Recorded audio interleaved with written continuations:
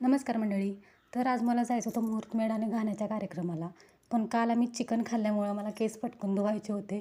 तर मी पटकन माझं आवरून घेतलं, केस वगैरे स्वच्छ धुवून घेतले आणि अद्विकचं आवरायला घेतलं. कारण मला साडी घातल्यानंतर काही काम करू वाटत नाही. त्यामुळे मी आधी अद्विकचं आवरून घेतलं. नंतर केस जरा ओले असल्यामुळे मी फॅनखालीच केस जरा सुकू देते. तोपर्यंत यांनी आवरून घेत होते. आणि मला साडी कशी वाटते मला सांगा. कारण मी हलकी-फुलकीच साड्या नेसले. कारण गरमी एवढी वाढली ना, त्यामुळे काठपदर साड्या अजिबात नेसायची इच्छा होत नाही आहे. एवढी गरमी जास्त वाढली. त्याच्यानंतर मी माझा मेकअप वगैरे करून घेतला आणि ही लिपस्टिक लावली ना, मला मेकअप माझा डन झाल्यासारखा वाटतो. खूप जास्त प्रिटी वाटतं आहे. तर फायनली मी अशी रेडी झाले. त्याच्यानंतर आम्ही निघालो तर 9 वाजता निघालो आम्ही घरातून. पण ऊन एवढं लागत होतं की 12-1चं ऊन लागत होतं. त्याच्यामुळे घरातून अजिबात बाहेर पडायची इच्छाच होत नव्हती. पण हवा असल्यामुळं जरा एवढं जास्त काही वाटलं नाही. तिथे गेल्यानंतर मी मुहूर्तमेढची पूजा वगैरे करून घेतली.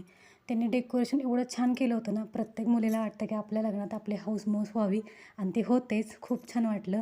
नंतर मावशींची भेट वगैरे आमची झाली आणि तर मुलीच्या साड्या 5 सुवासिनींनी पुजायच्या असतात, हळदी-कुंकू लावायचं असतं, ते बघायचं असतात. तोही कार्यक्रम छान झाला तिकडे.